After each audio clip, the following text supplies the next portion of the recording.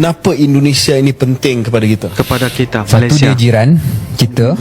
Akan tetapi dari segi keselamatan, pihak ATM dan PDRM harus pertingkatkan pertahanan dan menjaga sempadan. Bagaimana pandangan rakan-rakan di Sabah dan Sarawak? Adakah ini satu perkembangan yang baik?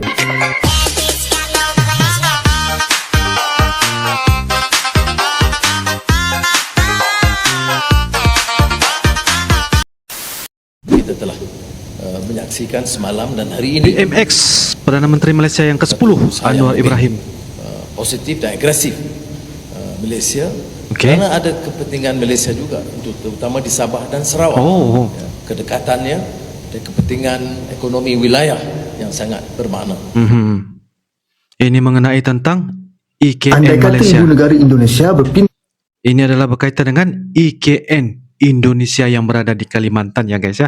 Itu merupakan salah satu pembangunan yang sekarang bertapak dan masih dalam proses melanjutkan, dan itu merupakan salah satu yang bagi saya sangat luar biasa untuk memberikan satu lagi impak yang sangat besar ekonomi di negara Indonesia. Ibu kota baru guys yang akan mengganti ibu kota di Jakarta, Indonesia. Langsung terus ke Kalimantan, yaitu digelar sebagai ibu kota Nusantara.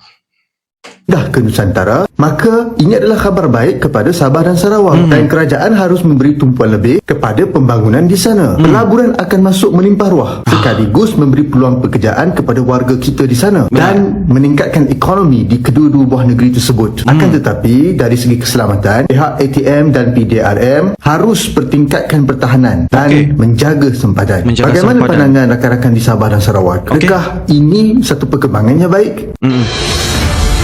Adakah ini satu perkembangan yang baik? Kenapa Indonesia penting? Kenapa Indonesia ini penting kepada kita? Malaysia. Satu, dia jiran kita. Kedua ialah dia negara keempat paling ramai di dunia. Ketiga ialah negara majoriti Muslim, negara Islam yang paling besar di dunia. Demokrasi kedua terbesar di dunia selepas India. Diaspora yang ramai di Malaysia. 2 juta, mungkin 3 juta. Tengok data apa yang kita pakai, berjuta-juta lah orang Indonesia yang ada di Malaysia ini. Dan dalam satu senario di mana akan ada perubahan kuasa besar di dunia, sudah tidak lagi hanya berpaksi kepada Amerika Syarikat, hanya berpaksi pada Barat. Multipolarity, satu ungkapan dan istilah geopolitik yang digunakan pakai sekarang. Indonesia merupakan salah satu paksi kuasa di rantau ASEAN ini. Dan dalam ASEAN itu sendiri, suka tak suka, Indonesia saya rasa kalau ia bertindak dengan betul bagi mereka lah, pengaruh mereka akan jauh menjadi lebih besar daripada sebelum ini. Pengaruh lebih besar guys. Sabah dan Sarawak perlu bersiap sedia menjelang pemindahan ibu negara Indonesia ke Kalimantan yang terletak berhampiran kedua-dua negeri itu. Timbalan Perdana Menteri Datuk Seri Fadilah Yusof berkata, fokus perlu tertumpu kepada usaha mempercepat pembangunan di sempadan. Mempercepatkan di sempadan. Ini termasuk menambah baik kompleks custom, immigration dan kuarantin CIQ di sempadan utama antara Sabah, Sarawak dan Kalimantan. Beliau yang juga Menteri Peradangan dan Komoditi berkata, aspek lain yang harus diberi perhatian ialah membina dan meneroka jalinan kerjasama perniagaan dengan perniagaan antara Malaysia dan Indonesia. Ia bertujuan mewujudkan interaksi ekonomi antara sempadan bagi memenuhi keperluan kedua-dua negara.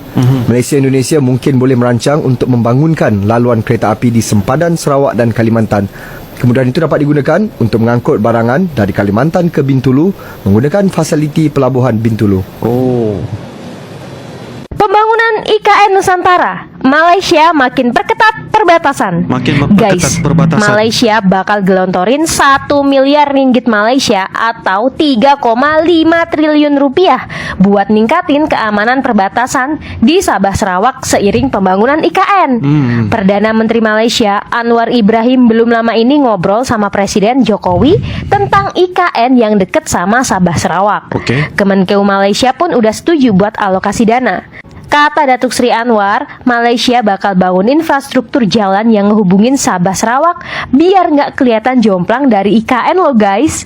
Pemerintah berencana bangun fasilitas pabean, imigrasi, dan karantina. Alokasi 1 miliar ringgit Malaysia itu masuk anggaran pemerintah Malaysia 2023 yang bakal diajuin Februari nanti.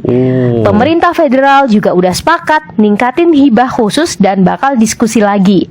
Nantinya Sarawak bakal nerima 300 juta ringgit Malaysia yang sebelumnya cuma sebesar 16 juta ringgit Malaysia. 16 juta. Sabah bakal nerima 260 juta ringgit Malaysia dari yang sebelumnya 26 juta ringgit Malaysia. Sebelumnya nih, Datuk Anwar turut support Presiden Jokowi soal investasi IKN Nusantara karena Sabah Sarawak bakal punya kepentingan juga. Malaysia bakal PDKT terus sama pembangunan IKN karena dinilai bermanfaat. Wah, pembangunan IKN ternyata memotivasi negara tetangga buat ikutan bangun daerahnya ya Sobat Nesya. Kalimantan kan berdampingan sama Malaysia dan Brunei Darussalam nih di satu pulau. Dengan Malaysia yang ikut bangun besar-besaran, kira-kira ntar IKN bakal seramai apa ya guys? Ramai. Ya, Perdana Menteri Anwar Ibrahim menunjukkan komitmen Malaysia yang ingin bekerja sama membangun ibu kota Nusantara di Kalimantan Timur. Dan hal ingin tersebut bekerja sama, guys. dengan penyerahan 11 letter of intent kepada Kepala Badan Otorita IKN Bambang Susantono.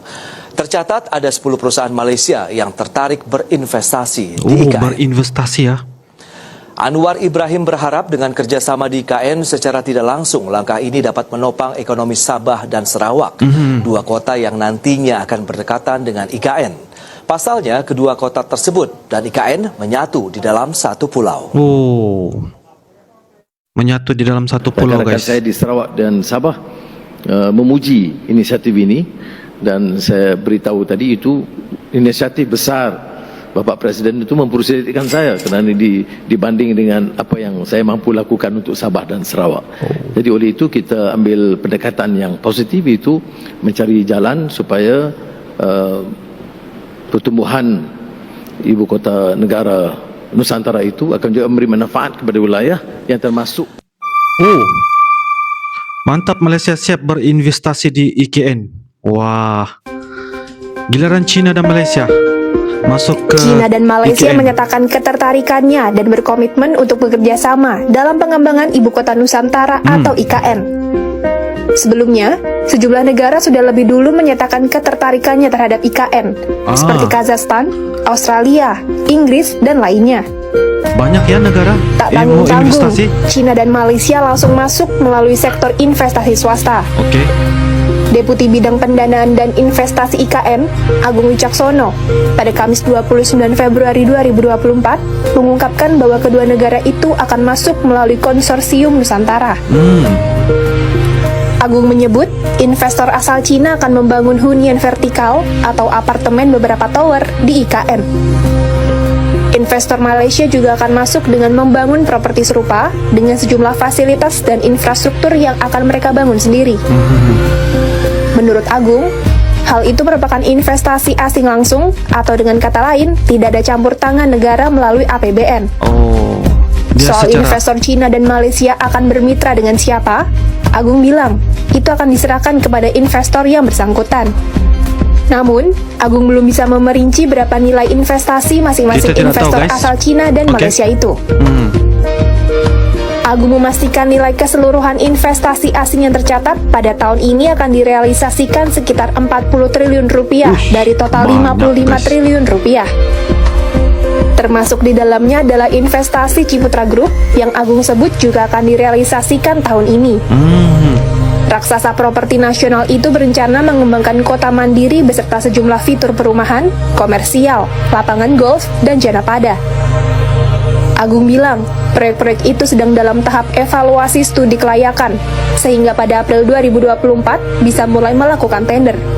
Bisa melakukan. Menurut Agung, ketertarikan investor asing terhadap IKN terus meningkat.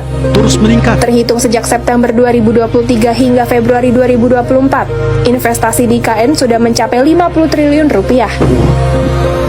Bahkan pada tahun 2024 ini, diprediksi bisa menyentuh angka 55 triliun rupiah atau melebihi angka 100 triliun rupiah. Melebihi guys. Maka 100 jika triliun. diakumulasikan, angka investasi per 6 bulan dalam jangka 10 tahun sebagai target yang direncanakan Presiden Jokowi akan menembus angka 1.000 triliun rupiah.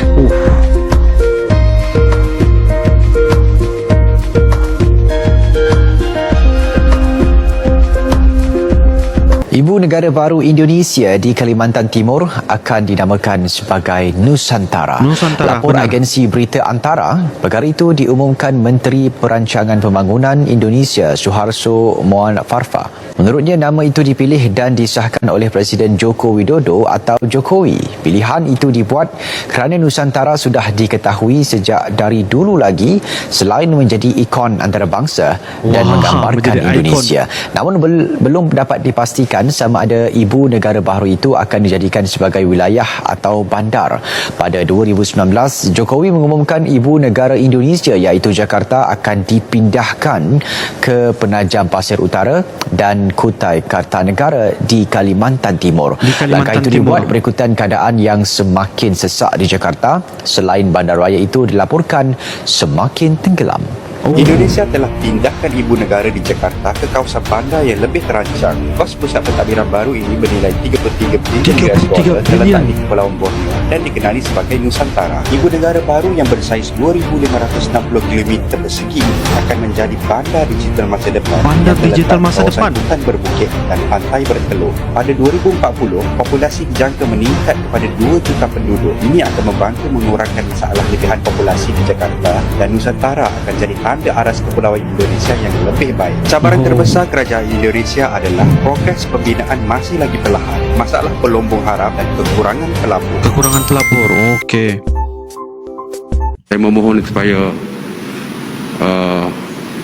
usahawan Malaysia ataupun bisnes perniagaan, ahli perniagaan Malaysia boleh terlibat sama di dalam pembangunan di Kalimantan. Ibu kota baru Indonesia, Nusantara. Sahabat Kompas.com, Presiden Joko Widodo menerima kunjungan Perdana Menteri Malaysia Ismail Sabri Yaakob di Istana Bogor pada Rabu 10 November 2021. Okey. Pertemuan itu membahas sejumlah isu, salah satunya yakni rencana pemindahan ibu kota negara dari DKI Jakarta ke Kalimantan Timur. Terkait hal tersebut, Perdana Menteri Ismail meminta agar pengusaha-pengusaha Malaysia dilibatkan dalam pembangunan ibu kota Indonesia yang baru. Okey. Dan saya memohon kepada Bapa Presiden, oleh kerana Bapa Presiden dan pemerintah Indonesia sedang membangunkan Kalimantan yang memang bersempadan dengan Malaysia iaitu Sabah dan Sarawak. Saya memohon supaya usahawan Malaysia ataupun bisnes perniagaan, ahli perniagaan Malaysia boleh terlibat sama di dalam pembangunan di Kalimantan. Ismail menilai pemindahan ibu kota negara ke Kalimantan Timur merupakan langkah yang tepat. Malaysia sendiri pernah memindahkan ibu kota dari Kuala Lumpur ke Putrajaya. Ya, benar. Oleh karena itu, Malaysia menyatakan siap berbagi pengalaman dan terlibat soal rencana pembangunan ibu kota negara baru di Indonesia.